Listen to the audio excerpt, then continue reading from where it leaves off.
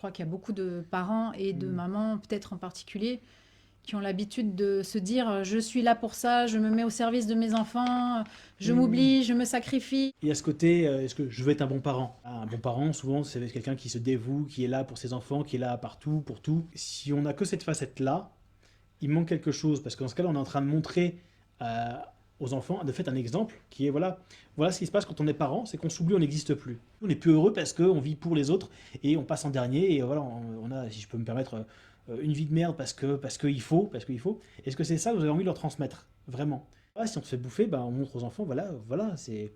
Dans la vie, il y a des gens qui se font bouffer, on peut leur demander encore plus, et ils se font encore plus bouffer. Enfin, vous montrez des choses qui ne sont pas forcément, enfin, c'est-à-dire très jolies et très enviables. Voilà, pour moi, se sacrifier à outrance, ouais, c'est pas forcément ce qu'on souhaite pour nos enfants plus tard.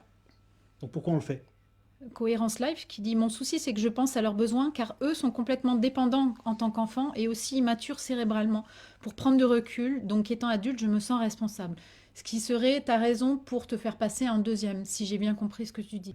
Après, à pondérer suivant l'âge de l'enfant, mais je pense que l'idée, quand on part du principe qu'il est immature cérébralement, qu'il n'est pas capable de prendre ses besoins en charge du tout, et donc il faut que nous, on les prenne à sa place, encore une fois, à pondérer avec l'âge, bien sûr, et tout ça, on prend la décision à la place de l'enfant de prendre en charge ses besoins. Donc on empêche de les écouter, de faire des actes par rapport à ça, parce qu'on le prend à notre responsabilité. Donc j'aurais tendance enfin, à nuancer par rapport à ça, parce qu'il y a un léger vol de responsabilité.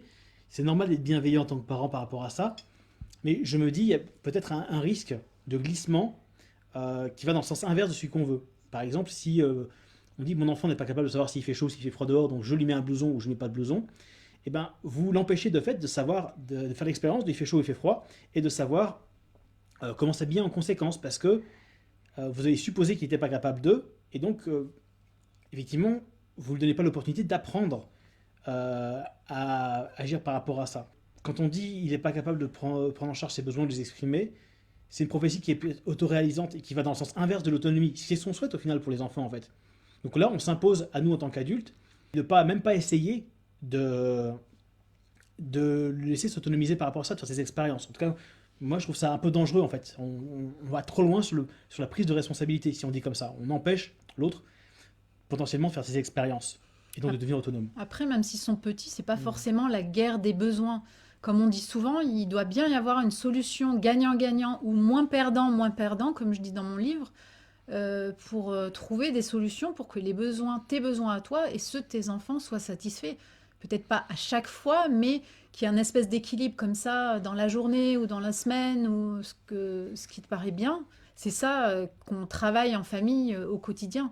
Comment exprimer correctement ses besoins, entendre correctement les besoins des autres et trouver des moyens gagnant-gagnant de faire en sorte que tout le monde soit satisfait, peut-être pas totalement, mais que ce soit déjà bien, comment dire, je trouve plus mes mots, enfin convenable, enfin satisfaisant, voilà.